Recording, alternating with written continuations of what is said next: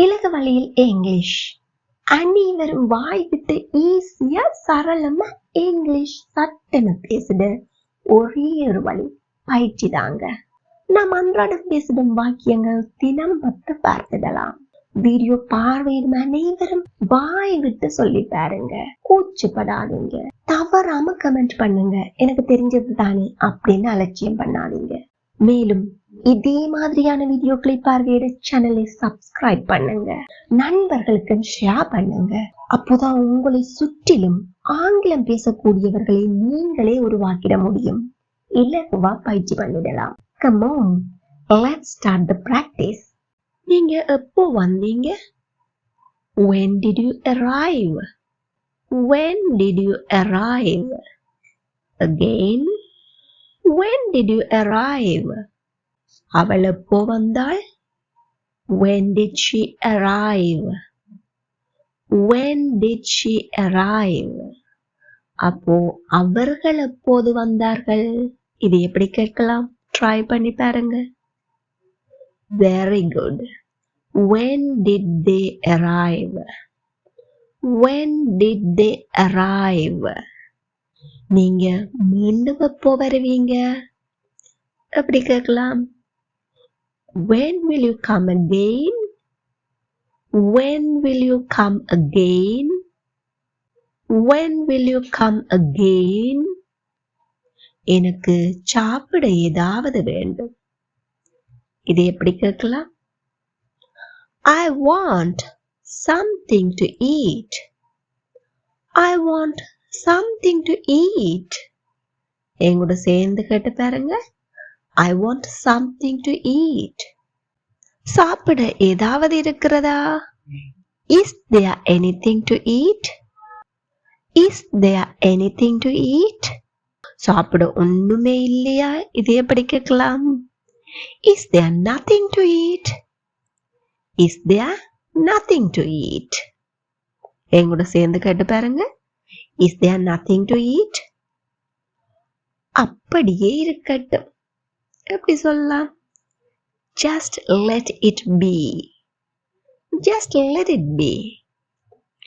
Just let it be. தேங்காயை உரி. இதை எப்படி சொல்வோம்? தேங்காயை சுத்தி இருக்கிற தும்பை எப்படி சொல்வோம்? Husk. அப்போ தேங்காயை உரி. Dehusk the coconut. Dehusk the coconut. வாழைப்பழத்தை உரி. இதை எப்படி சொல்வோம்? Peel the banana. Peel the banana. என்கிட்ட இருந்து சல்லி காசு கிடைக்காது. இதை எப்படி சொல்வோம்? You won't get single penny from me. You won't get single penny from me. இது எனக்கா? Is it for me? Is it for me? அப்படின்னா அது அவனுக்கா? இதை எப்படி கேட்கலாம்? Is it for him? Is it for him? இது அவர்களுக்கா? இதை எப்படி கேட்போம்? Is it for them? Is it for them? அது எங்களுக்கா? Is it for us? Is it for us? அப்படின்னா இது அவளுக்கா? அதை எப்படி கேட்கலாம்? இப்பவே கமெண்ட்ல சொல்லுங்க. Well done. இந்த தடவையும் சொதப்பிடாத, தப்பு பண்ணிடாத, பிளவிடாத. இது எப்படி நாங்க சொல்லலாம்? Don't screw up this time. Don't screw up this time. அப்படின்னா இந்த தடவையும் சொதப்பிட்டன். இதை எப்படி சொல்லலாம்? I screwed up this time too. I screwed up this time too. நான் எல்லாத்தையும் சொதப்பிட்டேன். இதை எப்படி சொல்வோம்? I screwed up everything. I screwed up everything. எங்கூட சேர்ந்து சொல்லி பாருங்க. I screwed up everything. அவன் எல்லாவற்றையும் சொதப்பிடுவான். இனித்தான் நடைபெற போகிறது. அப்போ எப்படி சொல்ல வேண்டும்? He will screw up everything. He will screw up everything. அது வெறும் செவி வழி செய்தி, கேள்விப்பட்டதுதான். இது எப்படி சொல்வோம்? It's only hearsay. It's only hearsay. நகங்களை கடிக்காதே, வெட்டு. இது எப்படி சொல்ல வேண்டும்? Don't bite your nails.